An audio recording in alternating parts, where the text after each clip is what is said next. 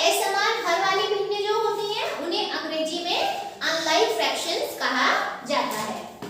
अब हमारे सामने कुछ क्वेश्चंस हैं, तो ये हमारे सामने कुछ भिन्नें दी गई हैं। इसमें से आपको पहचाननी है कि कौन सी भिन्नें ऐसी हैं जो समान हर वाली हैं और कौन सी भिन्नें ऐसी हैं जो कि असमान हर वाली भिन्नें हैं। तो अब हमें पता है हर क्या होता है, बटे के नीचे, तो ये जो नीचे है ये सारे हर हैं और ऊपर वाले अंश हो गए। तो फिलहाल हम समान हर वाली भिन्नों की बात कर रहे हैं। हम ऐसी भिन्नों को लेंगे जिनके हर बराबर हैं। तो समान हर वाली भिन्नें यानी कि लाइक फ्रैक्शंस। तो हमें दिख रहा है 5/4, 3/4, 2/4 और 1/4। इन चारों भिन्नों में हर 4 4 4 4 यानी कि बराबर है, एक समान है। तो ये भिन्नें समान हर वाली भिन्नें यानी कि लाइक फ्रैक्शंस कहलाएंगी। अब हमें ढूंढनी है असमान हर वाली भिन्नें।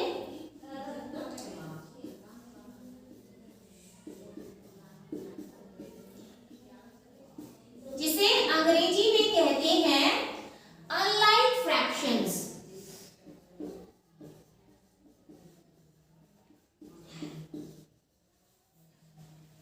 तो असमान हर वाली भिन्नें वो कौन-कौन सी भिन्नें हैं इनमें जिनके हर एक जैसे नहीं हैं। तो 1/2 और 2/3 और 3/5।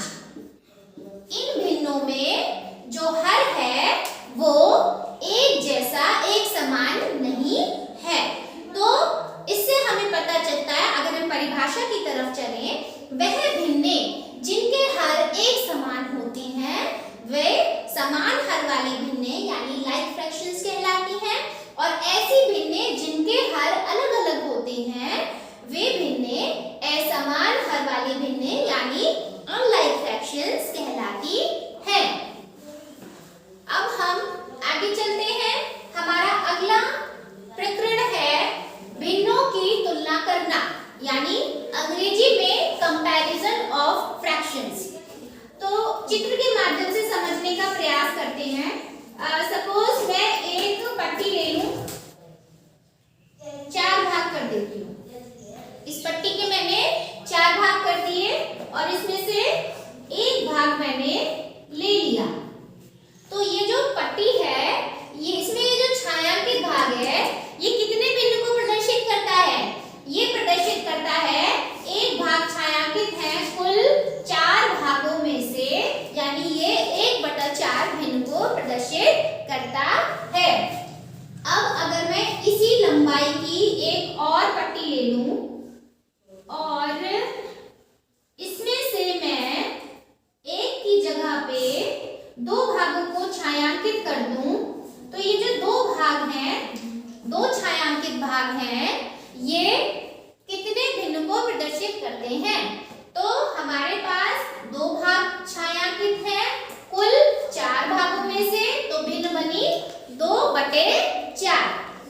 अब मैं फिर से एक और इसी लंबाई की पट्टी ले रही हूँ और इस पट्टी के मैं फिर से 4 बराबर भाग कर देती हूँ और इस बार मैं 3 भागों को छायांकित कर देती हूँ। तो जब मैंने 3 भाग छायांकित कर दिए तो ये कितने भिन्न को प्रदर्शित करते हैं? ये 3/4 भिन्न को प्रदर्शित करते हैं। तो अब मेरे पास यहाँ से आप देख पाएंगे, अगर आप इसकी तुलना करें तो सबसे छोटे भिन्न चित्र के माध्यम से भी हम बहुत आसानी से बता सकते हैं। सबसे छोटी भिन्न ये है, इसमें बहुत कम पार्ट जो है ये छायांकित है, और इससे बड़ी भिन्न ये ये है क्योंकि इसमें ज्यादा भाग छायांकित है, और सबसे बड़ी भिन्न इन तीनों में ये है क्योंकि इसके और भी ज्यादा भाग छायांकित है। तो हमने सीखा कि 1/4 जो है ये सबसे छोटी भिन्न है, और उसके बाद ये स्मॉलर देन का साइन लगाएंगे हम, उससे बड़ा है 2/4, और उससे यानी सबसे बड़ा है 3/4। तो इस तरीके से चित्र के माध्यम से हमने सीख लिया। अब अगर हमारे पास चित्र ना होता तो यहाँ से हम एक अवधारणा की तरफ चल सकते हैं कि जब हमारे पास ऐसी भिन्नें हो जिनके सारे हर समान हो और हमें उनकी तुलना करके बताना है कि कौन सी भिन्न सबसे छोटी है, उससे बड़ी कौन सी है, सबसे बड़ी कौन सी है, यानी कि हम उसे आरोही क्रम में लगाते हैं। तो आरोही क्रम में जब हम लगा रहे हैं तो जब हमारे पास ऐसी भिन्नें हैं जिनके सारे हर समान हैं, तो जो सबसे छोटे अंश वाली भिन्न होती है वो सबसे छोटी होती है, और इसी तरीके से क्रम से जो बड़ी अंश वाली भिन्नें हैं वो बड़ी होती चली जाती हैं, और सबसे बड़े अंश वाली भिन्न सबसे बड़ी भिन्न होती है। तो हमने सीखा कि अगर हमारे पास समान हर वाली भिन्नें हो, अगर हमारे पास समान हर वाली भिन्नें हो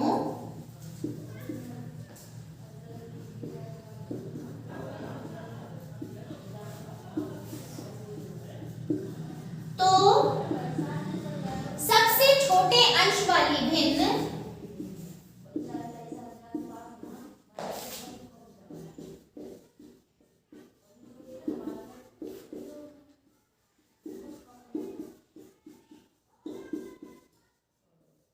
सबसे छोटी भिन्न होगी, और इसी तरीके से जो बड़े अंश वाली भिन्न है वो बड़ी भिन्न होगी।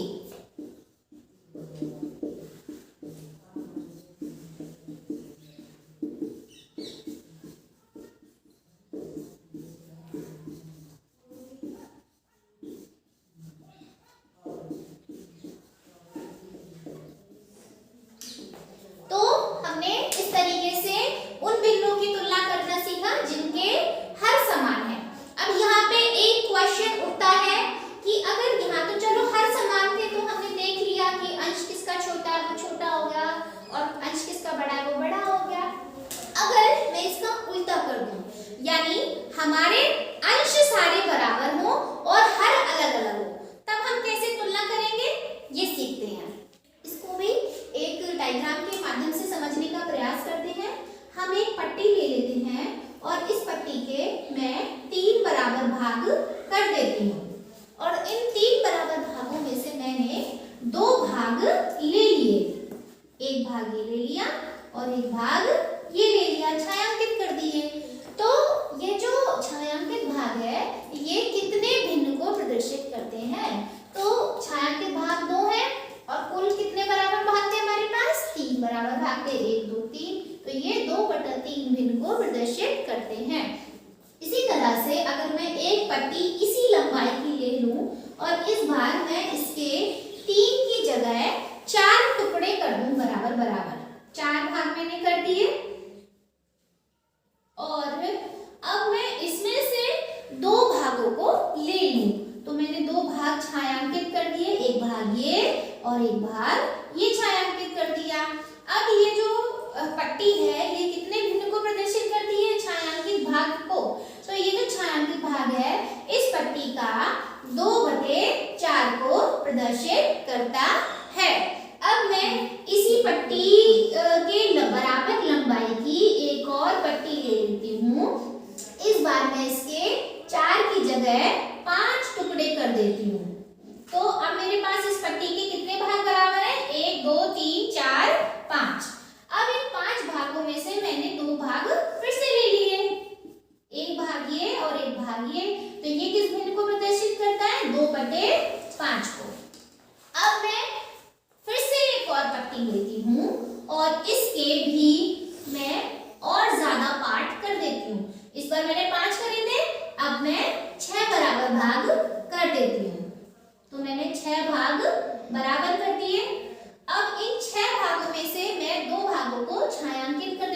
ये और ये। तो अब ये भिन्न कौन सी बनी? 2 है भाग छायांकित और कितने हैं? 1 2 3 4 5 6। तो ये भिन्न बनी 2/6। तो आप देखकर बताइए खुद से चित्र के माध्यम से कि कौन सी भिन्न बड़ी है और कौन सी भिन्न छोटी है। तो हमें साफ साफ देखकर पता चल रहा है कि ये जो 2/3 है ये इस 2/4 से ज्यादा बड़ी है और ये 2/4 इस 2/5 से ज्यादा बड़ी है और 2/5 इस 2/6 से ज्यादा बड़ी है। तो हमें देख के पता चला कि 2/3 बड़ी है 2/4 से, वो भी बड़ी है 2/5 से और वो भी बड़ी है 2/6 से।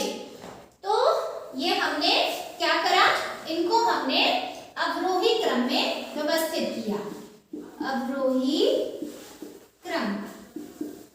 तो अब अगर मुझे इसका आरोही क्रम निकालना होता कि आरोही क्रम, तो सबसे छोटी भिन्न इनमें से कौन सी है? देख के पता चल रहा है ये भिन्न सबसे छोटी है, यानी कि 2/6 छोटी है किससे? 2/5 से। और 2/5 से बड़ी है 2/4 और 2/4 से भी बड़ी है 2/3। ये मैंने इन्हीं भिन्नों को आरोही क्रम में व्यवस्थित कर दिया। तो यहां से हम एक निष्कर्ष पे पहुंचे कि अगर हमारे पास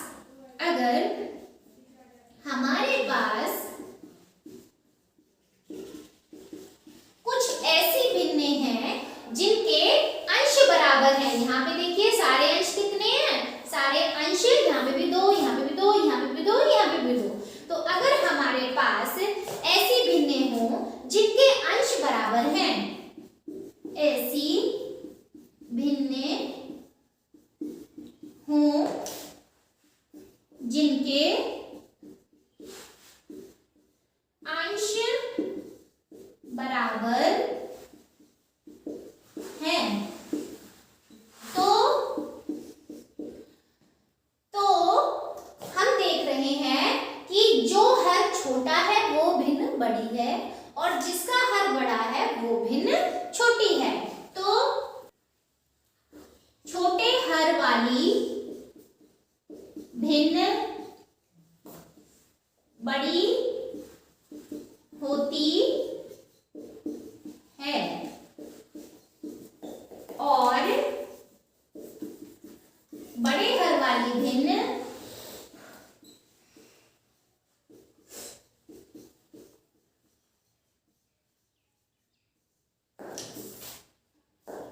छोटी होती है।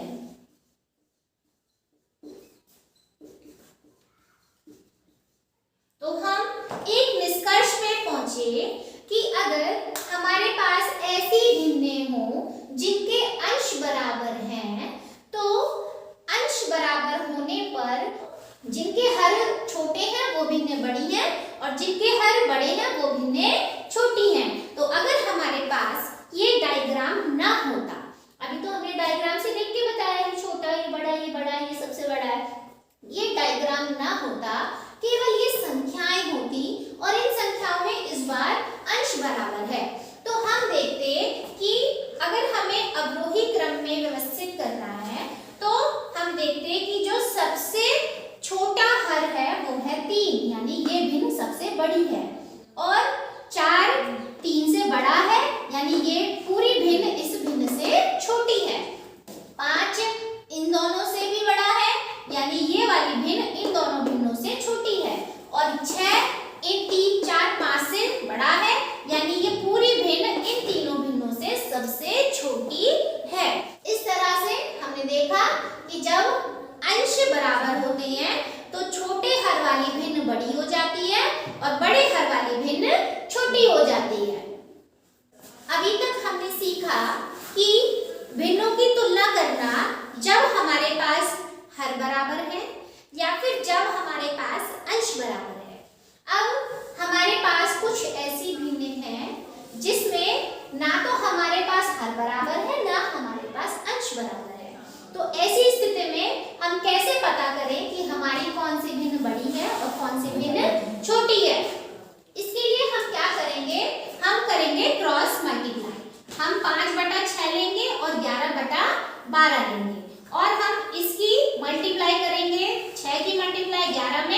और 12 की मल्टीप्लाई 5 में। तो जब हमने 12 की गुणा 5 में करी तो 12 पंजे कितना हो गया 60, और जब हमने 6 की गुणा 11 में करी तो 6 गुणा 11 यानी 11 6 66। तो अब बताओ कि 60 और 66 में बड़ा कौन सा है? स्पष्ट रूप से 66 जो है ये 60 से ज्यादा बड़ा है। तो हम कह सकते हैं कि हमारी ये जो भिन्न है 11/12 ये 5/6 से ज्यादा बड़ी है। हमारे पास जब ना अंश बराबर हो ना हर बराबर हो, हम क्या करेंगे? क्रॉस मल्टीप्लाई, और क्रॉस मल्टीप्लाई करके हम देखेंगे कौन सी संख्या बड़ी है। जो संख्या बड़ी होगी उस तरफ वाली भिन्न बड़ी हो जाएगी, और जो संख्या छोटी होगी उस तरफ वाली भिन्न छोटी हो जाएगी। अगला क्वेश्चन देखते हैं। हमारे पास एक संख्या है 1/2 और दूसरी है 1/3। अब यहाँ बताइए कि कौन सी जो भिन्न है वो बड़ी है और कौन सी भिन्न छोटी है। तो यहाँ तो हम देख पा रहे हैं कि हमारे अंश बराबर हैं, तो हमारा वो वाला रूल भी चल रहा है कि जो हमारे अंश बराबर हैं तो जो छोटी हर वाली भिन्न है वो बड़ी हो जाएगी, और जो ज्यादा बड़ी संख्या वाली हर है वो वाली भिन्न छोटी हो जाएगी। तो हम स्पष्ट रूप से कह सकते हैं कि हमारी 1/2 जो है वो 1/3 से बड़ी है। और अगर हम इसको भी इस पैटर्न से करना चाहें तो भी कर सकते हैं। 1/2 और 1/3 है, इसकी हम क्रॉस मल्टीप्लाई करें, और क्रॉस मल्टीप्लाई करने के बाद 3 एकम 3 हो गया और 2 एकम 2 हो गया। तो बताइए 3 और 2 में बड़ा कौन सा है? 3 बड़ा है। तो चिड़िया का मुंह 3 की तरफ खुला रहेगा और 2 की तरफ बंद रहेगा, यानी इस तरफ वाली जो भिन्न है ये बड़ी है। 1/2 1/3 से बड़ा है। अगला क्वेश्चन देखते हैं। 5/12 1/2। इसमें ना तो अंश बराबर है और ना ही हर बराबर है, तो हम सिंपल सा क्या करेंगे? अपनी भिन्नें लिखेंगे, उसके बाद इनकी क्रॉस मल्टीप्लाई कर देंगे, त्रियक गुणा। तो जब हमने 2 की गुणा 5 में करी तो 2 पंजे हो गया 10, और जब हमने 12 की गुणा 1 में करी 12 एकम 12। तो 10 और 12 में कौन सी संख्या छोटी और कौन सी बड़ी है?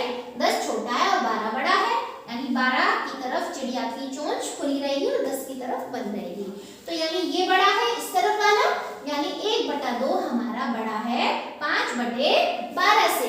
तो इस तरह से हम, अगर हमारे पास ना अंश बराबर हो ना हर बराबर हो, और हो भी तो भी कोई बात नहीं, हम क्रॉस मल्टीप्लाई करके बहुत सरलता से पता कर सकते हैं कि हमारी कौन सी भिन्न छोटी है और कौन सी भिन्न बड़ी है। हमारा अगला टॉपिक है भिन्न का सरलतम रूप, यानी किसी भिन्न को सरलतम रूप में किस तरह से लिखा जा सकता है, उसका न्यूनतम रूप क्या होता है वो हम सीखेंगे। हमारे पास फॉर एग्जांपल एक भिन्न है 6/18। अब हम इसको सरलतम रूप में लिखना चाहते हैं, इसका हम सरलतम रूप में अगर लिखें तो वो क्या होगा, ये हमें पता करना है। तो इसके लिए हमें ये देखना होता है कि हमारा जो अंश है 6 के अपवर्तक हम देखेंगे। 6 के अपवर्तक यानी 6 किस किस के पहाड़े में आता है? 6 1 के पहाड़े में आता है, 2 के पहाड़े में आता है, 3 के पहाड़े में आता है, और 6 अपने स्वयं यानी 6 के पहाड़े में भी आता है। अब हम हर यानी 18 के अपवर्तक देखें। अब इसके 18 के अपवर्तक यानी 18 जो है वो किस किस के पहाड़े में आता है? 18 1 के पहाड़े में आता है, और 2 नीम 18 2 के पहाड़े में आता है, 3 छिंग 18 3 के पहाड़े में आता है, 4 के पहाड़े में 18 नहीं आता, 5 में नहीं आता, 6 3 18 6 में आता है, उसके बाद 9 में आता है, और उसके बाद 18 अपने खुद के 18 के पहाड़े में आता है। 18 एकम 18। तो यानी इसका अब हम ढूंढेंगे इसका महत्तम समापवर्तक यानी कि मासा। मासा क्या है? तो मासा हम जानते हैं वह अपवर्तक जो कि सबसे बड़ा होता है। तो वैसे तो कॉमन फैक्टर्स 2 भी हैं, 3 भी हैं, 6 भी हैं, लेकिन इन 2 3 6 में सबसे बड़ा अपवर्तक जो है वो 6 है। तो महत्तम सबसे बड़ा अपवर्तक महत्तम समापवर्तक हमारा हुआ 6। तो 6 और 18 का मासा निकला 6। तो अब अगर हम 6 और 18 के मासा से यानी 6 से इसी भिन्न के अंश और हर में भाग कर दें, 6 में भी 6 से भाग कर दें और 18 में भी 6 से भाग कर दें, तो 6 के भाग दिया 6 में आया 1, 6 एकम 6, 6 का भाग देंगे 18 में तो आएगा 3, 6 दिया 18, यानी कि 6/8 का सरलतम रूप जो होगा वो 1/3 होगा। तो हमने सीखा किसी भी भिन्न के अंश और हर के मासा से उस भिन्न के अंश और हर में भाग देने पे वह भिन्न अपने सरलतम रूप में यानी न्यूनतम रूप में बदल जाती है। आज की कक्षा में हमने सीखा समान और असमान हर वाली भिन्नें क्या होती हैं, लाइक फ्रैक्शंस और अनलाइक फ्रैक्शंस। भिन्नों की तुलना करना हमने सीखा, जब हमारे हर समान थे या जब हमारे अंश समान थे या जब ना तो अंश समान थे ना हर समान थे, तो क्रॉस मल्टीप्लाई मेथड से हमने भिन्नों की तुलना करना सीखा। और हमने भिन्न का सरलतम रूप क्या होता है, किस तरह से भिन्न को उसके सरलतम रूप में बदलते हैं, मासा जो होता है अंश और हर का उसको डिवाइड कर देते हैं तो भिन्न जो है अपने सरलतम रूप में बदल जाती है। ये हमने भिन्न का सरलतम रूप सीखा। आज की कक्षा में इतना, बाकी अगली कक्षा में। धन्यवाद।